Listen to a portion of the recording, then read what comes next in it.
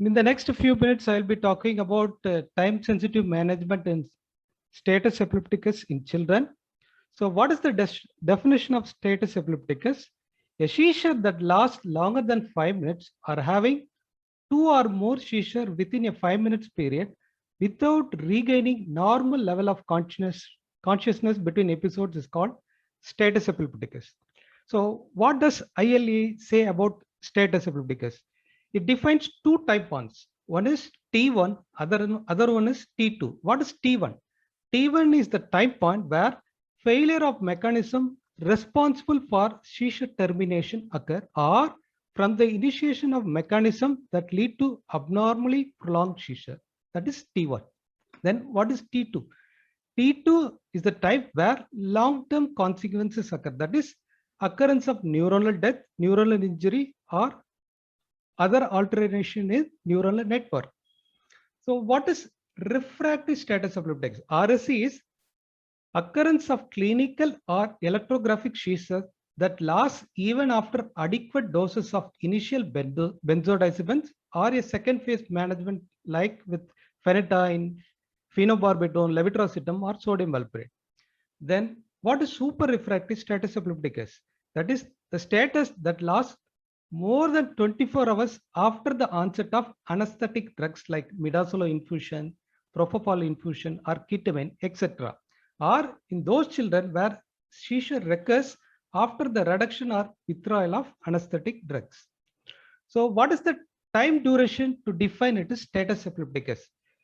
The definition has evolved over a period of 2 decades from 1981, where Gestalt et al. Defined it as more than 60 minutes, whereas in 1993, the ILE defined as any seizure that lasting more than 30 minutes was defined as status epilepticus. In the same year, the American Epileptic Society reduced the time duration from 30 minutes to 10 minutes, whereas in 1999, it was further reduced to 5 minutes by Lowenstein et al. So what is the time duration T1 and T2 in different types of status? For example, tonic-clonic seizures, the T1 is 5 minutes, whereas T2 is 30 minutes. That is, after 30 minutes of tonic-clonic seizure, the brain damage occurs.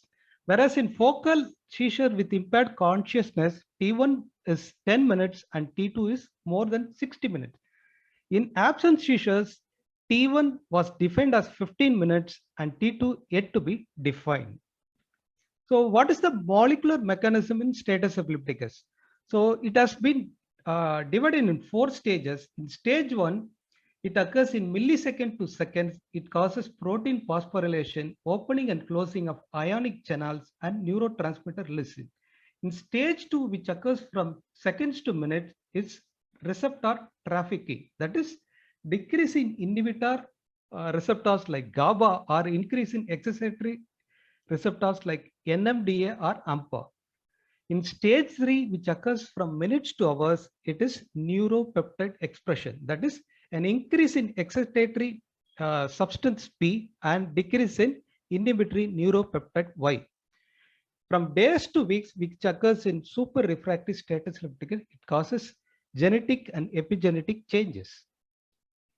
So in addition to these things, there are also mitochondrial dysfunction, oxidative stress, release of neurotrophins, neurohormones, inflammatory reaction, and dendritic remodeling or neuromodulation. Hence, it is very important to prevent the excitotoxicity and suppress all electrographic activity in the brain in status epilepticus. So in addition to CNS manifestations, there are also involvement of other systems like cardiovascular system. Initially, they will have tachycardia, hypertension, followed by hypotension in prolonged seizure. Some children may have arrhythmia or even cardiac arrest. Coming to the respiratory manifestation, they have hyperapnea, apnea, sometimes aspiration pneumonia, or even pulmonary edema. In the renal system, they can have oliguria, acute kidney injury, acute tubular necrosis, or even rhabdomyolysis. The autonomic manifestation would be hyperpyrexia, excessive secretions with airway obstruction. The metabolic complications are hyperglycemia, hypoglycemia, hyperkalemia, hyponatremia, both metabolic and lactic acidosis.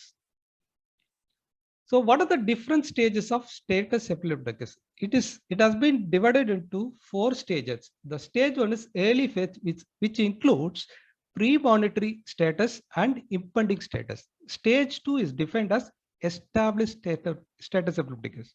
In stage 3, that is refractory, that continues to occur even after benzodiazepine plus second phase treatment. In stage 4 is super refractory status epilepticus that occurs 24 hours after starting anesthetic drugs. So coming to the classification of status epilepticus, they are classified into 5 types. One is acute symptomatic, that is the status occurs at the time of insult to the brain, that is meningitis or electrolyte imbalance like hypoglycemia, hyponatremia, hypocalcemia, etc. Second one is remote symptomatic, whereas the insult has occurred previously. For example, a CP child or post-meningitic sequelae present with status epilepticus or post-traumatic brain injury. The third one is progressive encephalopathy, which occurs in neurodegenerative disease or mitochondrial diseases. The fourth and fifth one are febrile and cryptogenic or idiopathic status epilepticus. So coming to the question for PGs, which of the following should be done first in a child presenting with GTCS for 15 minutes? Choice A is IV lorazepam, B is IM midazolam, C is IV diazepam, D is take care of ABC. So PGs tend to load lorazepam or midazolam in a child present with status. The first thing you should take care of is the take care of ABC followed by anti-epileptic drugs. Answer is D. So when you take care of ABC, use head tilt and chin lift maneuver. Clear the secretion with a wide bore suction catheter or even Yonkers catheter. Do not use the NG tube while clearing the secretions. Use jaw thrust if you suspected cervical spine injury. You can use the oral airway if the child is having status, and you can intubate if the child is unable to maintain the airway. Coming to the breathing, start 100% oxygen by non-breathing mask. Monitor the SpO2. You should start bagging with a bag valve mask if the child is apneic or having inadequate respiration or hypoxic in spite of giving 100% oxygen through NRM. Circulation, you start NS bolus maybe 5 to 10 ml per kg or inotropes as indicated. You start maintenance fluid if sugar with NS if sugar is normal or high, and DNS if sugar is borderline or hypoglycemic. Disability, check capillary blood glucose. Take other blood samples like calcium, complete blood count, C-reactive protein, sodium, liver function test, cultures or toxic screen as indicated. So what are the indications for intubation? If the child is unable to maintain the airway, just intubate straight away. Or child is having prolonged seizure requiring bag and mask ventilation for minutes to hours together. And if the child is started on pharmacological coma, you can intubate the child. If you are transferring a child with status to a higher center, maybe a tertiary center, even if it is not indicated, just intubate the child. Because most of the time, the child may be accompanied by a paramedic who is not good in intubation. On the way, the child may not maintain the airway. So most of the time, the death in status is not status epilepticus, but poor management of airway. So what are the initial phase therapy? The drugs are benzodiazepines. So the choices are midazolam IV or IM, 0.1 mg per kg or 0.2 mg per kg respectively. The advantage of midazolam is if you are unable to get the line, you can use buccal, or sometimes if the child is already known seizure disorder, even the mother can give intranasal midazolam, which is easily available. So the second drug is IV lorazepam at a dose of 0.1 mg per kg with a maximum dose of 4 mg. The third one is IV diazepam 0.15 to 0.2 mg per kg with a maximum dose of 10 mg. If you are using rectal diazepam, the dose is 0.2 to 0.5 mg per kg and maximum dose is 20 mg. When you have given the first dose of benzodiazepine, after 5 to 10 minutes, if the seizure is not controlled, you can repeat the same drug once. So what are the investigation you'll do in a child presenting with status? You do the CBG within 1 or 2 minutes and get blood glucose, complete blood count, basic metabolic panel, blood gas, calcium, and magnesium. In children with hypocalcemia, it was found that 22% of children had hypomagnesemia. If we have a facility, we can take a seizure level medication. For example, child is on phenytoin. You can check the phenytoin levels, whether the child is having good complaints or child is having poor metabolic levels in the blood. So which is superior, whether IV lorazepam or IV diazepam? So it was a meta-analysis published in the year 2016. They have included 5 RCTs, including 656 patients.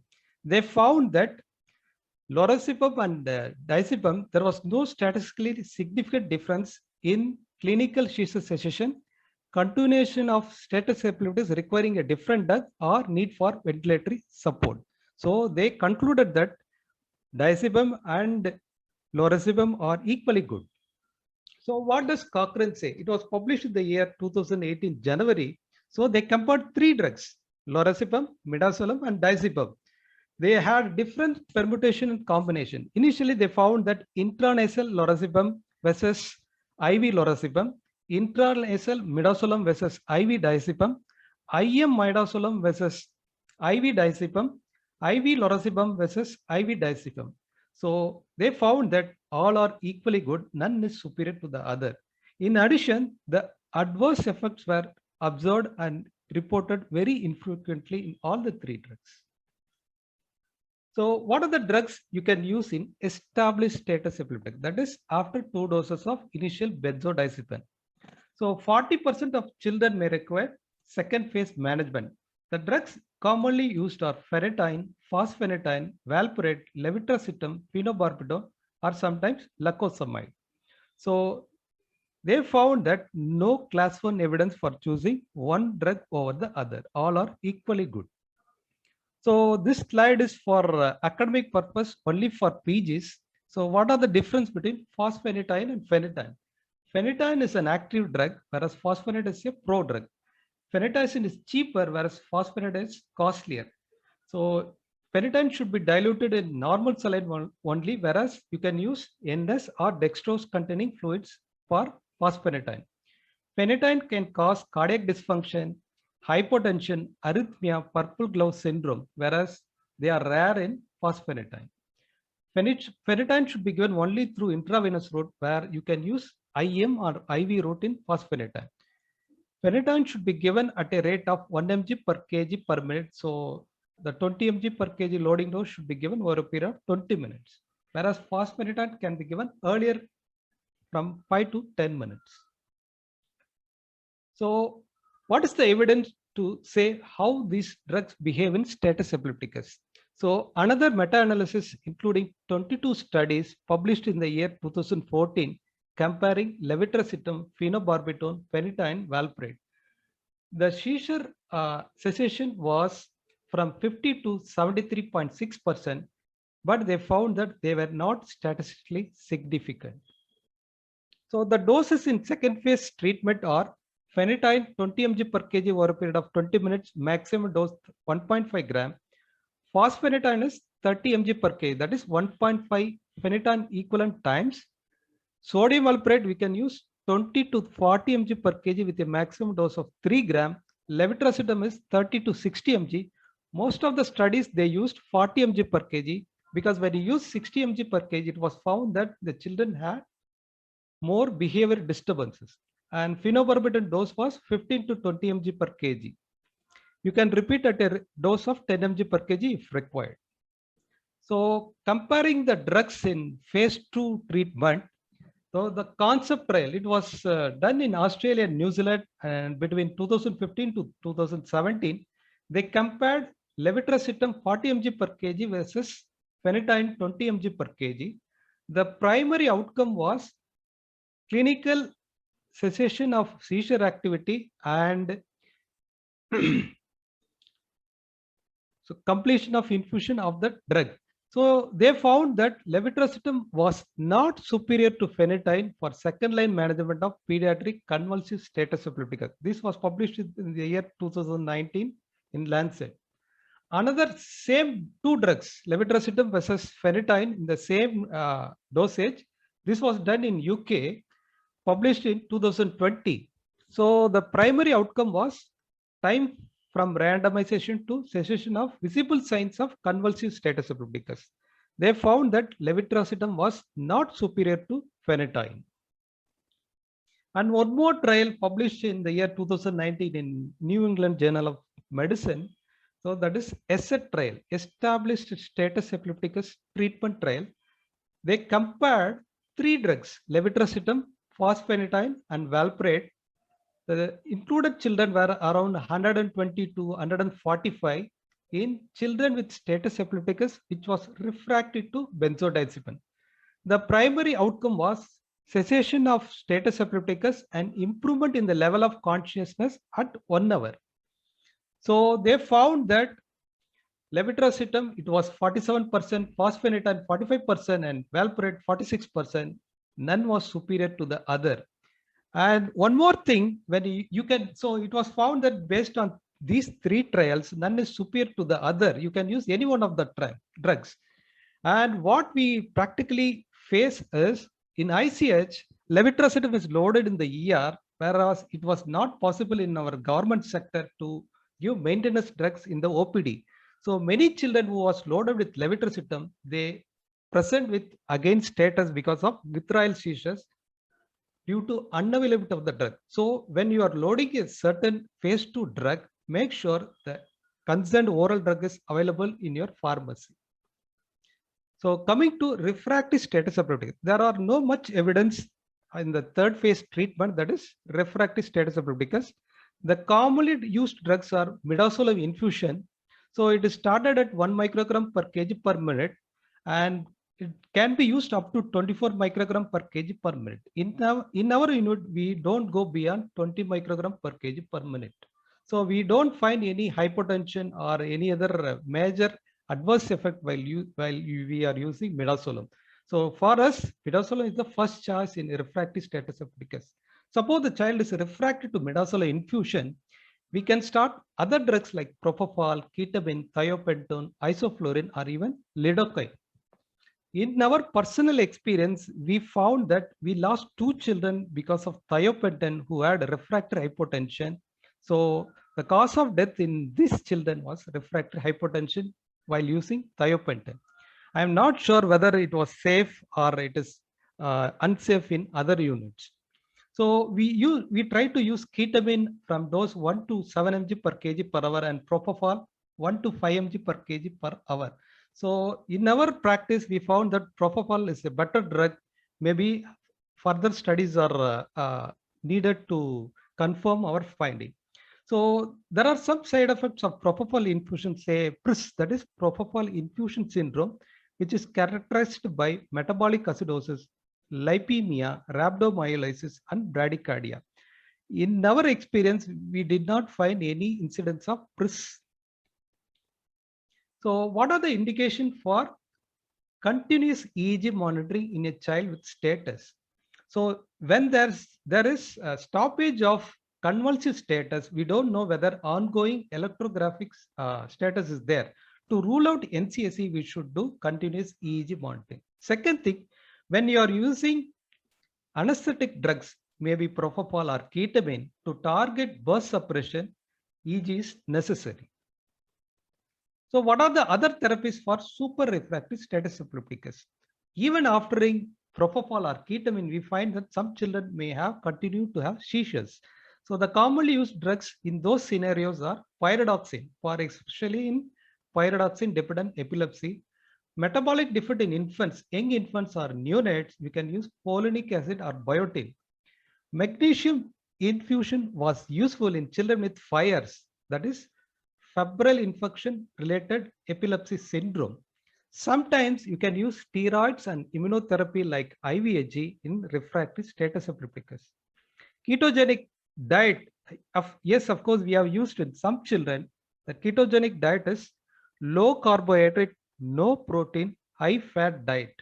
We have used in some children and we have controlled the seizures, but only thing is we have used already propofol and these children may found to have hyperlipidemia. We have not used hypotherapy or electrical and magnetic stimulation therapies or electroconvulsive therapy, CSF drainage, or emergency neurosurgery. So what is the role of immunotherapy in status? So the rationale behind using immunotherapy was acute brain inflammation increases the excitability of the brain. In some author has defined as acute brain encephalopathy with inflammation mediate status epilepticus. So with this rationale, Jim et al. Did a retrospective study in Taiwan, the Chi study. So it was published in the year 2018. They compared three groups. It was a retrospective study. They compared three groups. One is IVIG plus methylprednisolone. Second group is IVIG alone. Third group is only supportive therapy. They found that IVIG combination of IVIG with methylprednisolone was superior to IVIG alone, or which is superior to no therapy, that is no immunomodulator therapy. So coming to the time sensitive management, whenever a child present with status, take care of ABC within 5 minutes. So airway, breathing and circulation. If possible, secure a line within 5 minutes. After 5 minutes, if you are unable to secure a IV line, you go for IM or intranasal midazolam. If both of them is not possible, you can give rectal diazepam or rectal lorazepam. If you have secured an IV line within 5 minutes, you go for intravenous medication like lorazepam, diazepam or midazolam. So after 5 minutes, you should give the first dose of benzodiazepine. You can wait for next 5 to 10 minutes. If the seizure is controlled, you can stop further medication. If it is not controlled, you can repeat the same benzodiazepine once. By 20 minutes, you would have taken care of ABC followed by 2 doses of benzodiazepine. After 20 minutes, you should go for second phase treatment. That is either phenytoin, phenobarbital, valproate or levetiracetam. If there is no IV access, which is quite rare, you can secure an intraosseous line and start phenytoin or IM phenobarbital. Coming to the refractory status epilepticus, that is third phase treatment, that is at 40 minutes, you would have given 2 doses of benzodiazepine and a second phase treatment with either one of the 4. At 40 minutes, you should go for anesthetic drugs, either midazolam infusion at 1 to 15 to 20 microgram per kg per minute, or thiopental, propofol, or phenobarbital or pentobarbital. So these are the doses for commonly used anti-epileptic drugs. So coming to take-home message, take care of ABC first in a child presenting with status, ABC first and AED next. No begging for all children presenting with status. Start oxygen by non-rebreathing mask, high flow oxygen with 100%. Monitor SpO2. If the child is not maintaining saturation in spite of NRM, you can intubate the child. Do not wait until phenobarbital. Intubate the child before transfer to higher center because mortality is due to poor airway management and not status epilepticus. In the first phase treatment, midazolam, lorazepam and diazepam all are equally good. Again, in the second phase management, fosphenytoin, levetiracetam and valproate, none is superior to the other. Refractory status epilepticus, midazolam infusion is the widely used drug. EEG monitor is required when you use anesthetic drugs to monitor non-convulsive status and to target bus suppression. Immunotherapy may be useful in febrile status epilepticus if it is refractory to anesthetic drugs. Thank you.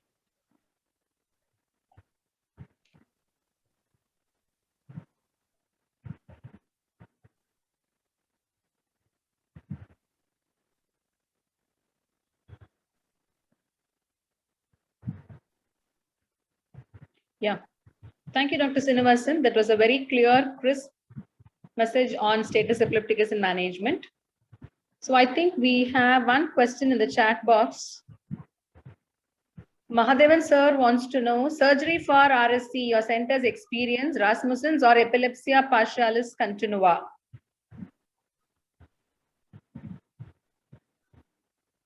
You want to take it up? Sir, we have not seen a case in the last 2.5 years. Maybe Madam is there for the last 20 years. Madam can share her experience. We have had only one child with epilepsia partialis continua where we had referred to Stanley for because the child had a focal lesion. They did a resection and then I think they did hemispherectomy. There was only one child we had. Other than that, I think we have not had many children with RSC who have been sent for surgery.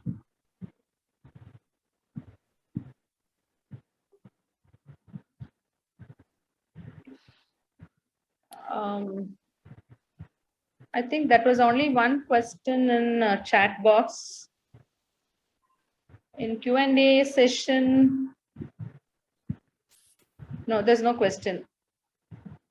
So just briefly to summarize what Dr. Srinivasan has said, I think mostly he has covered everything.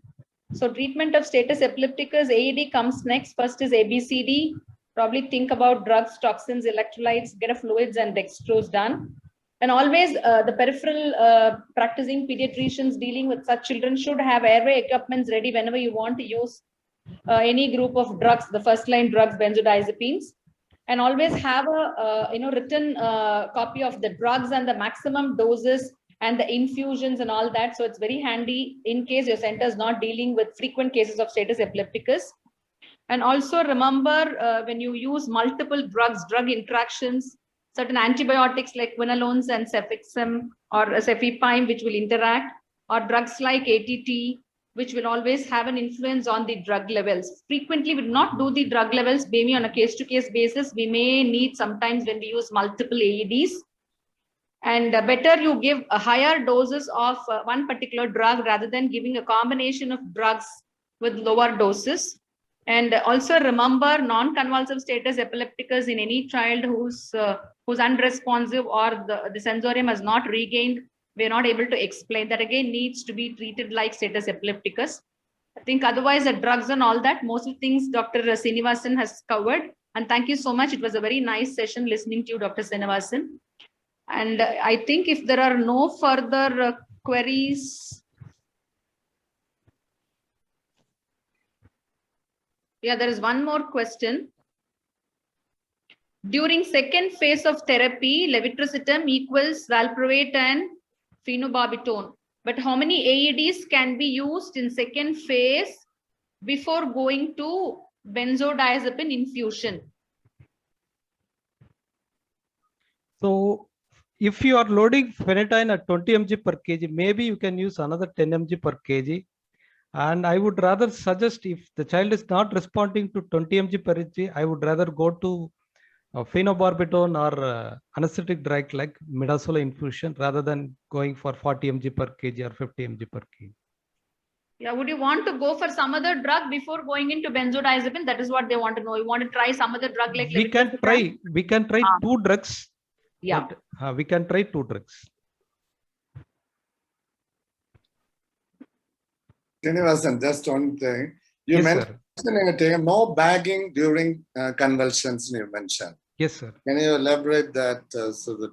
Sir, in some units they start bagging for all status epilepticus, even if the respiration is adequate. So what I suggest is, when the child is having seizure, keep the airway intact by head to chin lift position. Yeah. So the positioning is important. Yes, sir. Yes, sir. Rather than bagging.